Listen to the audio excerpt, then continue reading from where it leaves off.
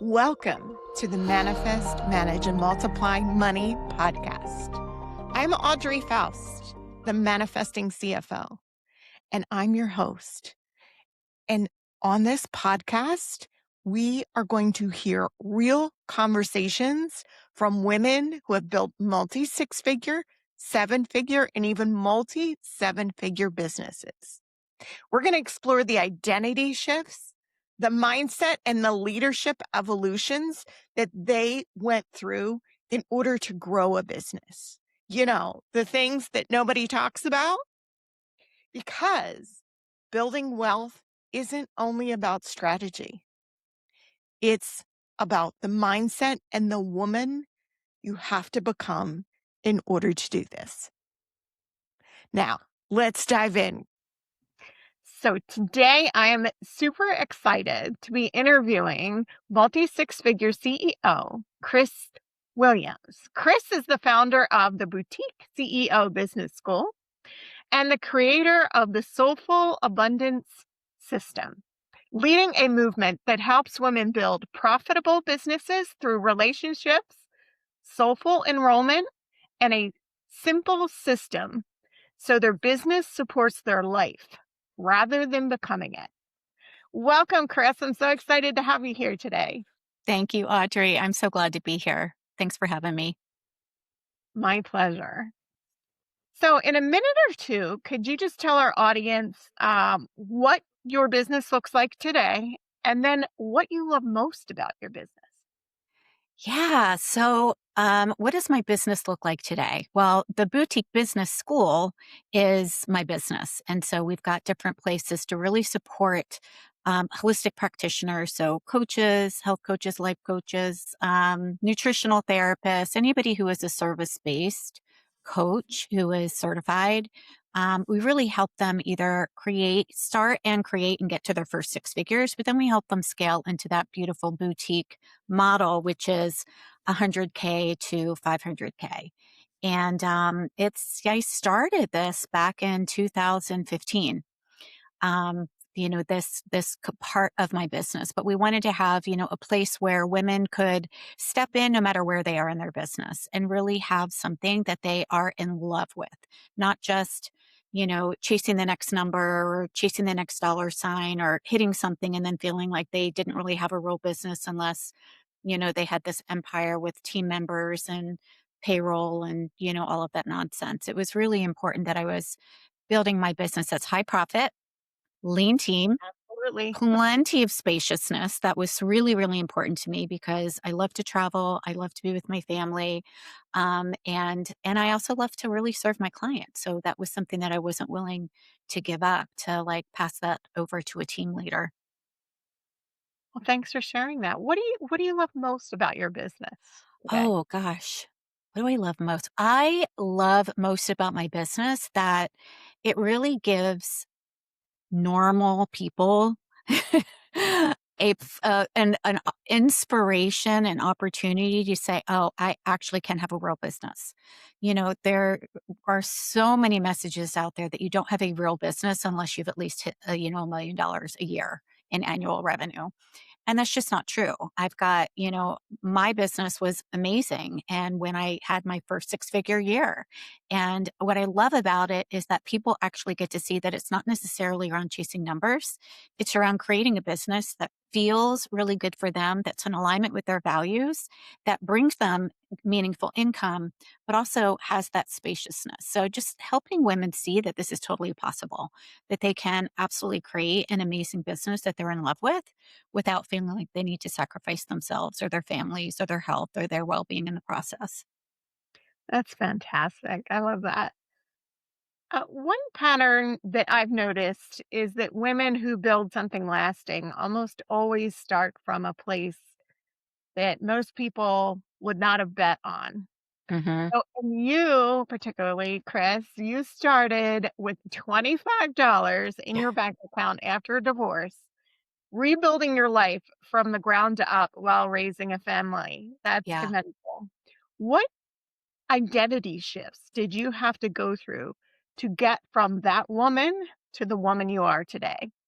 Yeah. Oh, this is such a good question. I really love this question because, like you, I believe that 80% of our success, if not more, is our identity.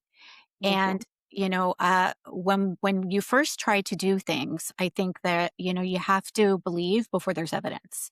And so the first place that I needed to start with was I had to believe that it was possible for me to create a business and a life that was going to allow me to have the spaciousness and the time freedom first before I even knew how.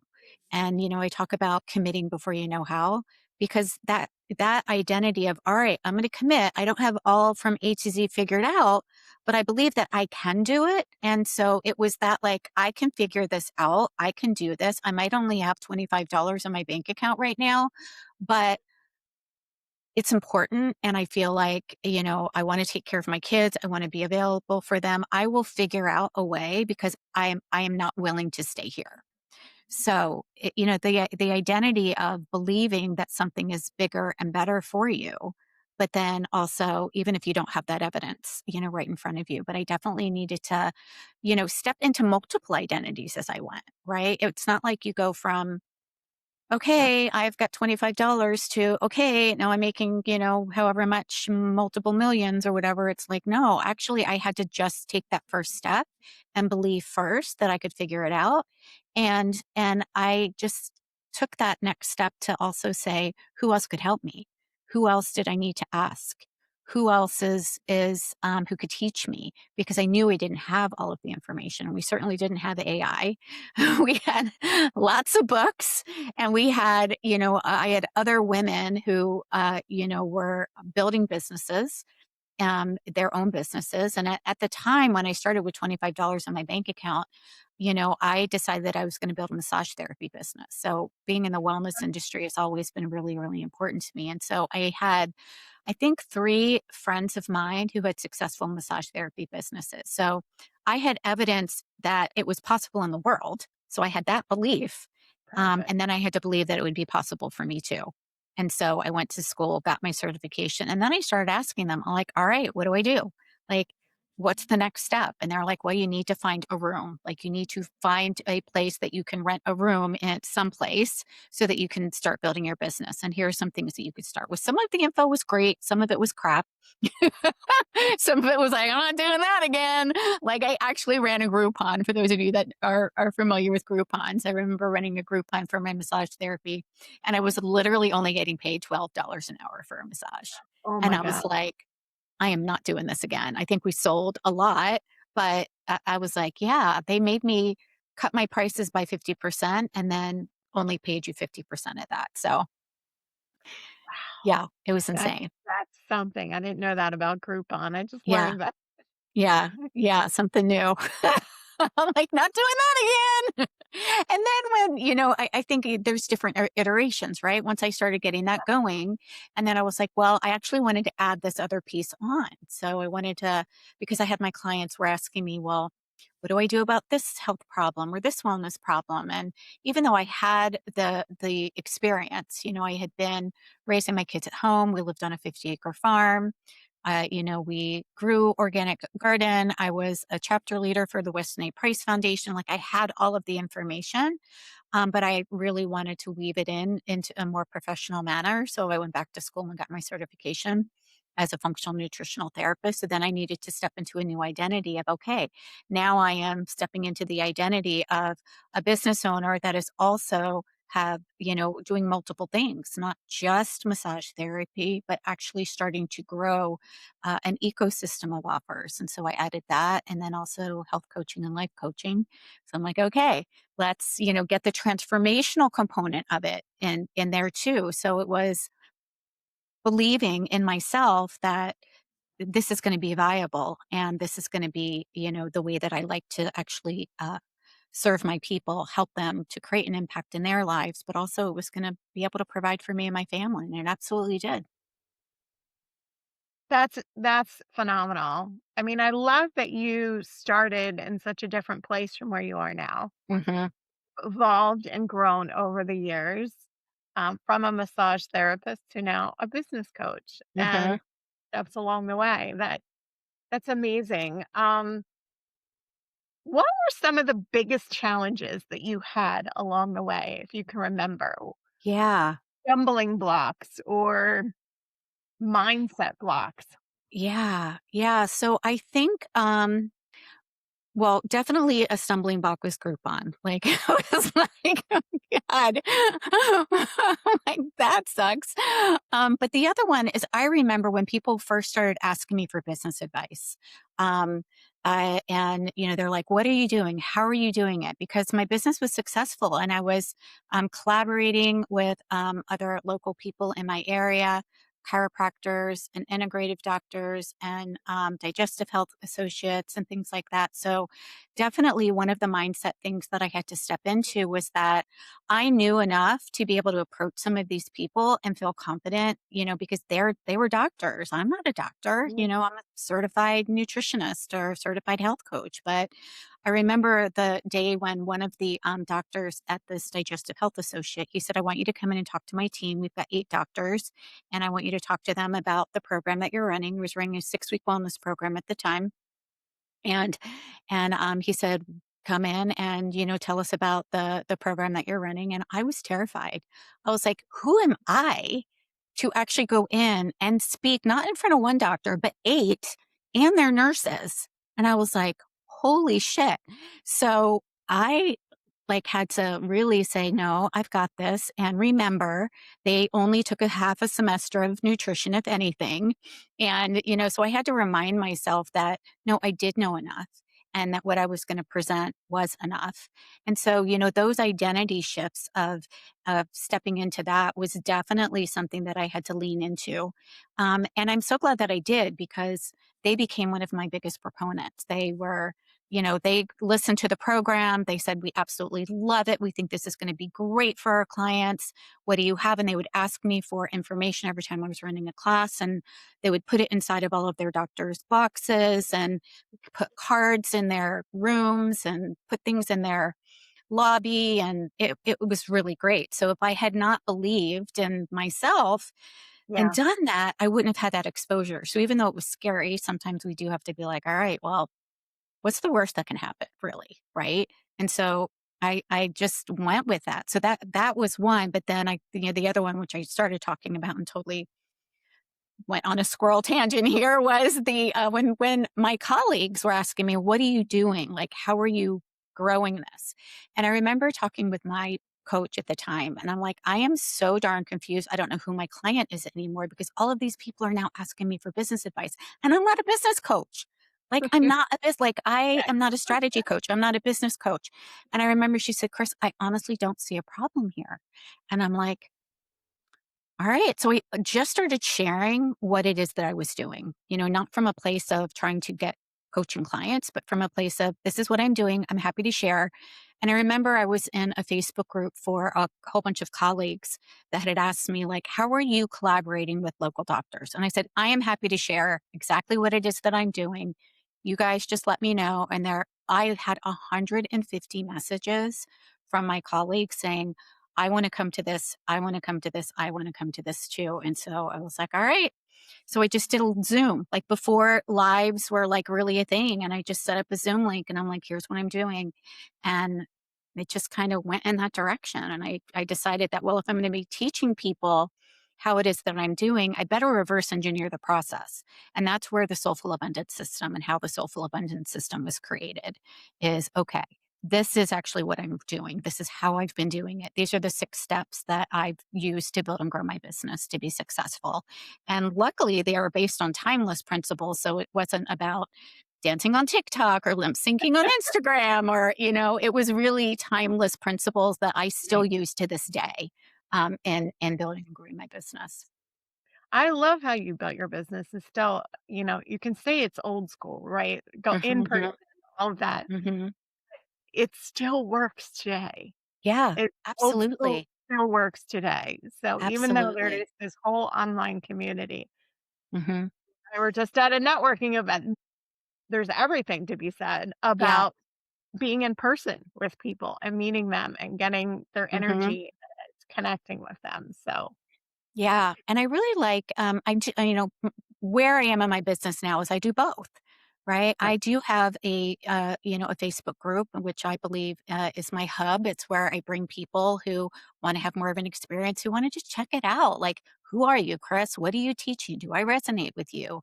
Can I come to some of your free lives so that they can get to know me a little bit more? And I really love that. I love having uh, both. I love doing in person. I'll do talks in person, or I'll go to some of like the collaboration events in person. But also, it's nice to have a place for people to come and still continue the relationship with me online. And so I say it's a both and. It's a beyond social media. It's not just social media. It's a what I do to be visible, but I also take it beyond social media. And so people get to pick how they most want to, build and grow their business. Fantastic. That's great. So you and I were talking about at our recent networking event about creating a business that's aligned with you. And I just Yeah. loved our conversation that we had. You have multiple successful businesses. And at one point, you and I were both quote unquote chasing the seven-figure business. And Mm-hmm. we've kind of taken a step back. Not that Hmm. it still may or may not happen for us, Hmm. but instead of that chasing energy, and Hmm. what if we built a business on purpose that Hmm. around exactly what we need and want in life, the Yeah. find freedom. You talked a little bit about that. Hmm. Well, I know, what made me come to that Hmm. conclusion. Can you share a little bit about like what made you come to that conclusion Yeah. in business? Yeah, absolutely. I can definitely point to some very specific things that made me come to that conclusion. One of them, I remember somebody had asked me if I would be part of her summit, and to share what it was that I was doing. And so when we were having like a little interview, like, was this going to be aligned? Everything was aligned except that I wasn't making $1 million annually. And I Mm, thought, that is such an interesting version of success. Like, you're not really successful unless you've hit this number. And I remember having the conversation with her, and I said, if that is your measurement of success, I will not be on your summit ever, because that's not what I believe in. And that's not what I believe is success for me. Like, I am here to build this type of business. And it was funny because the more I was talking, the more she was leaning in and she was listening to, like, oh, like, yeah, actually, that is pretty, like, yeah, higher profit, like, I don't want to be taking home just 15%. And that was the other thing, was that everybody can say that they're making $1 million a year, but what are they actually taking home? And exactly. what I found out was that the average is like 15%. And I'm like, so you're making 1 million, but you're taking home 150, like in the bank. I was like, well, that makes no sense. Like, I'm making more in my take home and what I, pay myself, not having to hire a team, not having to make payroll, not having to build out a sales force, not having to do all and go to that extent. And I was like, yeah, I'm just a no for that. And so I really had to, decide that yeah, actually the way that I have my business right now is actually perfect.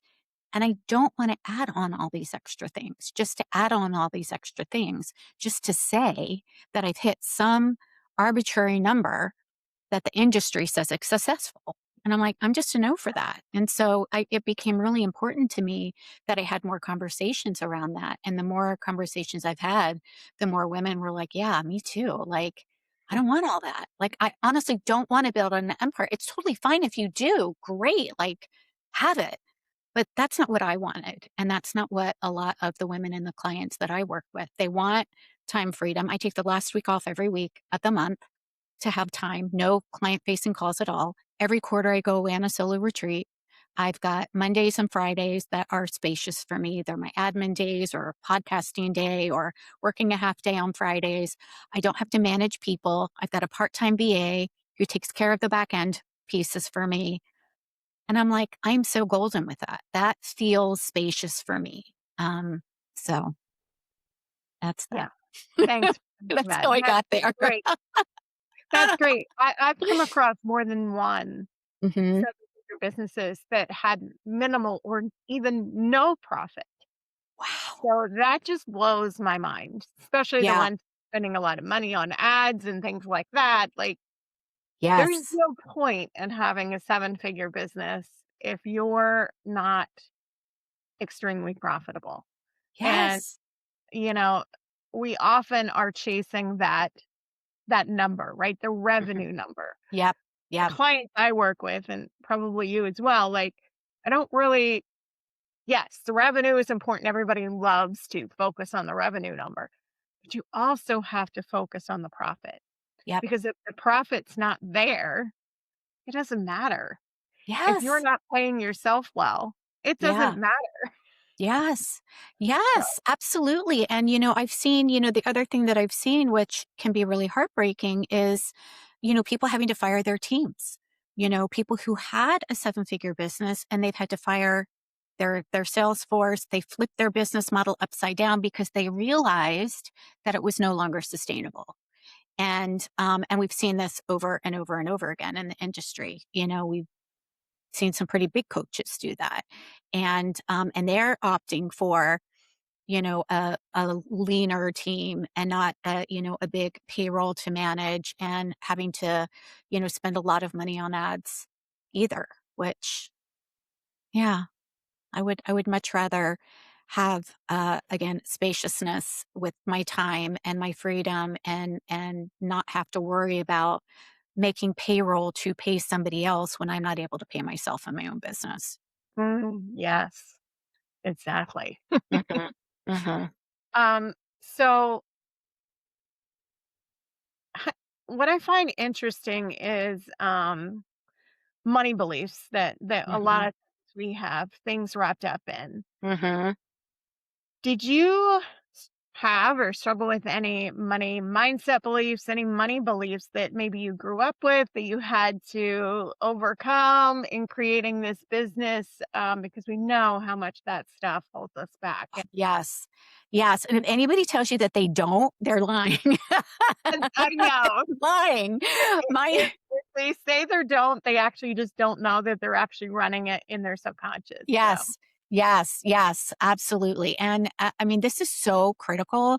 I have worked with a mindset coach myself since 2019, and I still have her. I still work with her because it's like new levels. There's a saying, new levels, new devils, yeah. right? I remember when I first, branched out into, I mean, heck, even with massage therapy, I was like, I don't know. Can I charge $60 an hour for a massage? Are people going to pay that? And then every time I raised it, I was like, oh, I'm going to lose clients now, right? There's that, every time, and I remember when I got my health coaching certification and I started, selling my 90-day transformational program, I was like, oh, surely no one's going to buy this. And every time we'd raise the price, it was like, well, now I'm definitely not going to have any clients. And so there's this, mindset component of it that you really do, have to be aware of what are the gremlins that are playing in the background.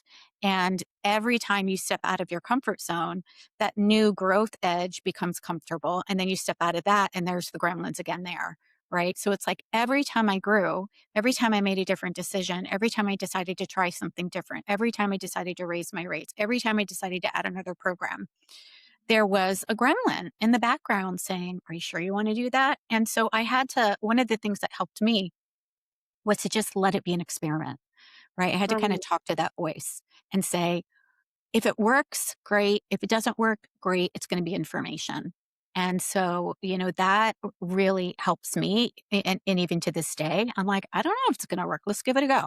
Let's try it. Let's see what happens. The worst that can happen is that I've got information on where I want to go next.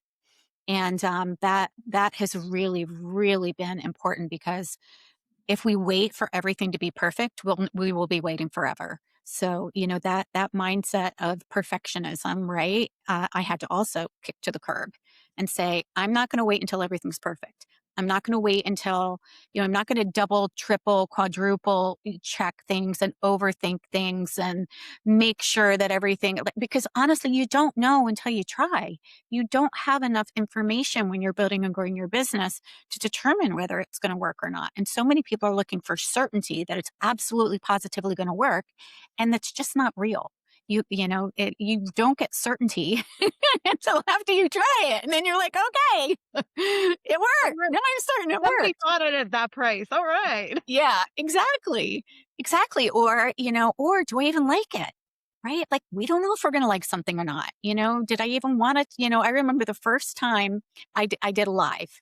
Like, I remember one of my coaches was like, okay, we're going to do like a 30-day live challenge on Facebook. And I had never done a live on Facebook before. And so my very first live was like, here's how you make a healthy smoothie. And I had like all the ingredients on the counter and you didn't even see my face. I was like, I would not even put my face on it. Right. So, I started with these baby steps to say, okay, I can do this part and let's see how this feels. And then I could do this part. And honestly, by the end of the 30 days, I just didn't even care anymore. I didn't have makeup on. I had just come back from a workout. I'm like, here's what's going on today. And it was like fine. Just had to do it. Yeah. We gain confidence by Yep. By doing. doing it, by Mhm.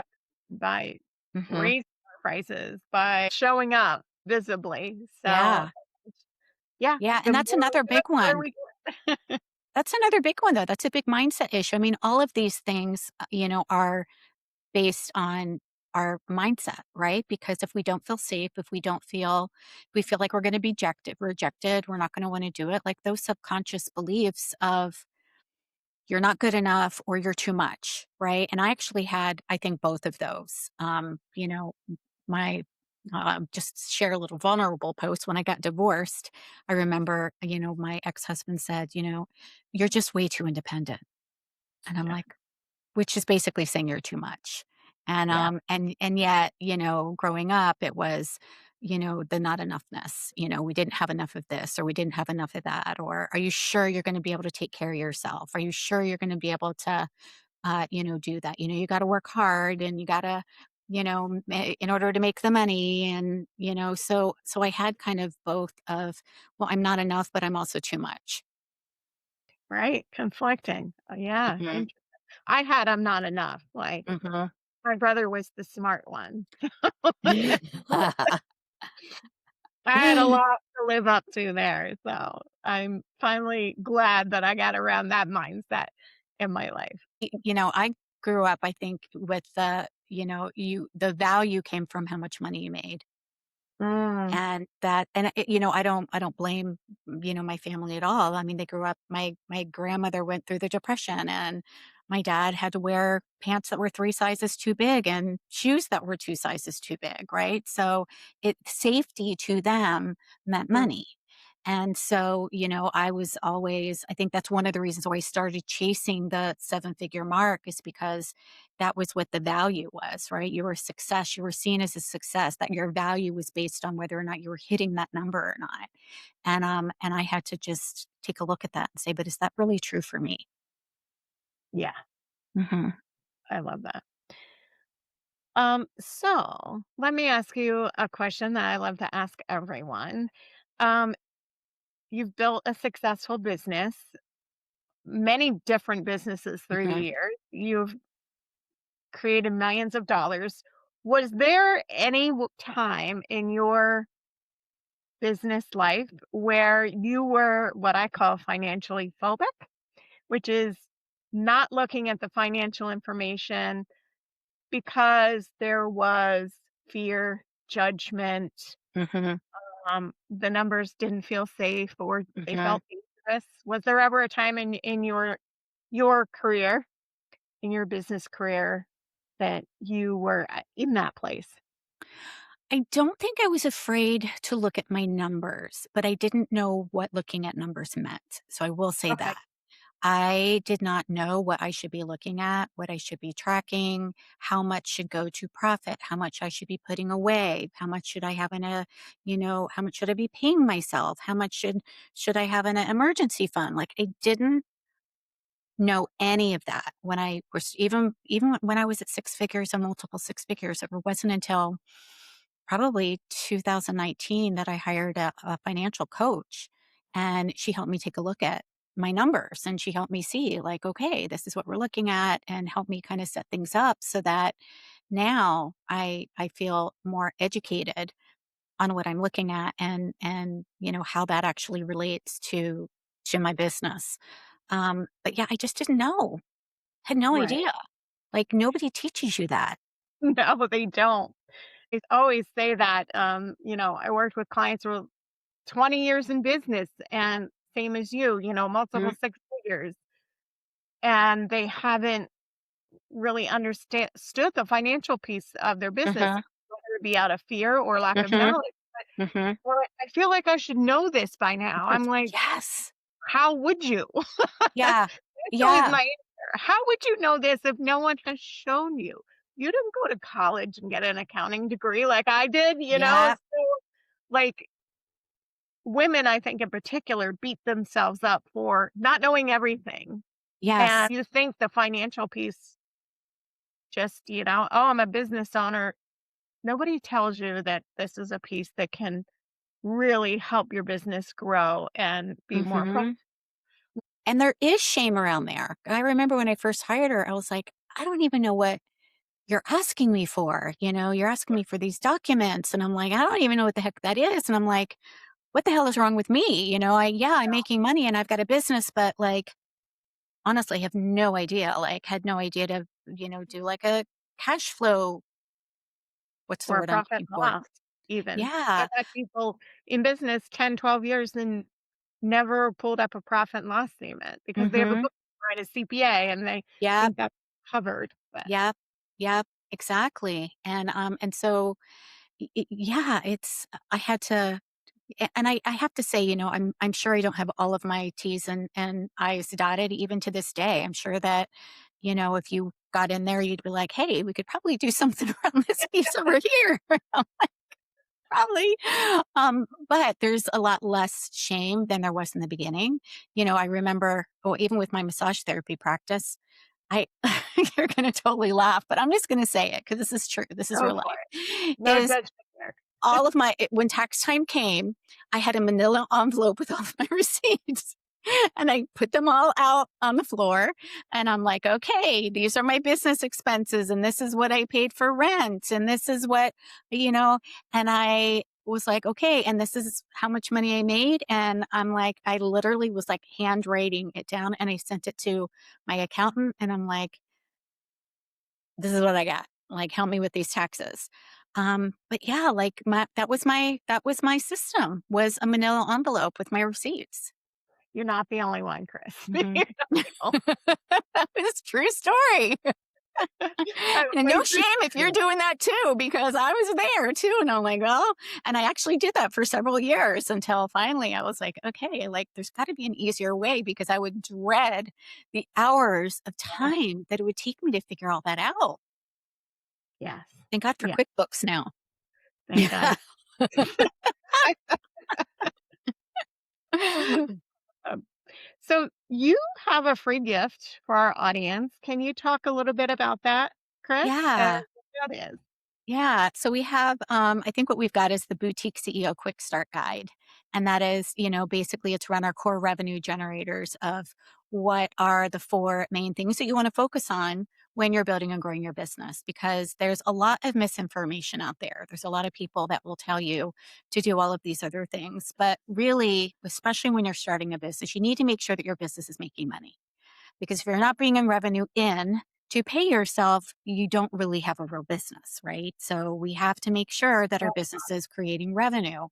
So the four core revenue generators are what I teach my clients. It's what I do every day. And those are the specific things that we know are going to move the needle forward to focus on that are going to create revenue in your business. Before you start hiring out photo shoots, before you start building out a website, before you start doing all of the other things that people are telling you to do, let's start creating money coming in before you start, having all of this money going out. I mean, I've got clients that have hired VAs and they're not even making any money yet. And I'm like, you do not need a VA yet. Like there are certain things that you want to focus on in order to get your business up and running and creating some profit first. So that's what those are as my gift.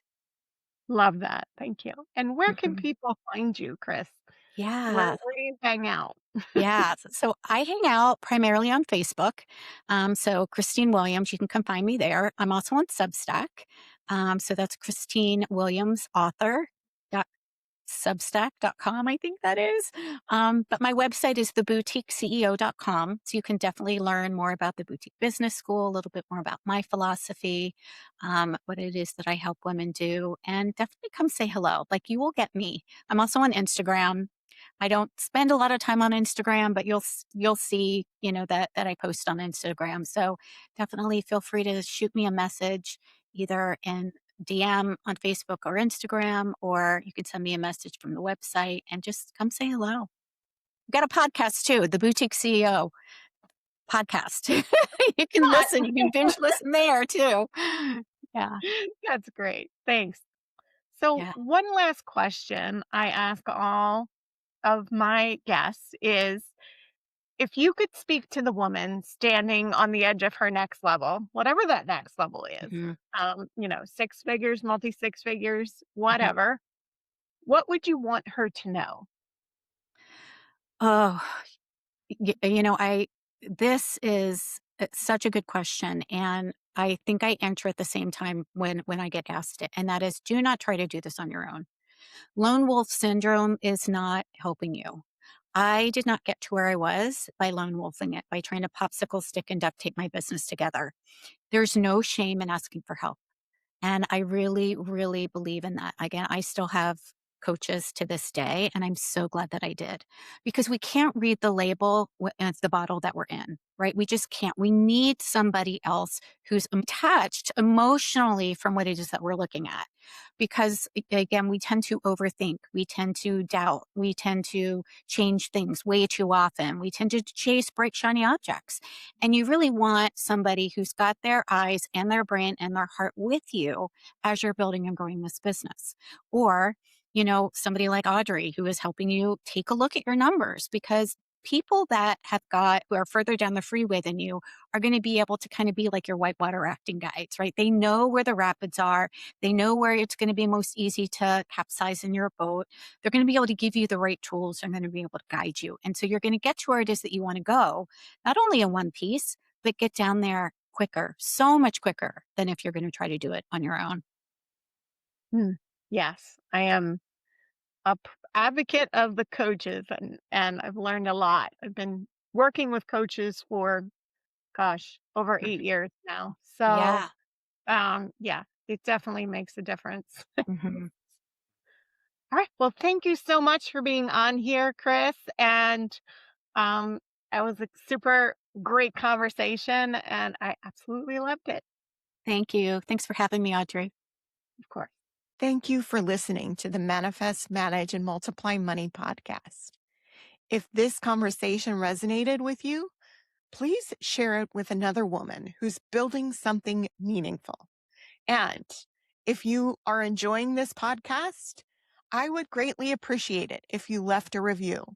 Leaving a review can help more women discover these conversations. And until next time, keep manifesting, managing, and multiplying your money.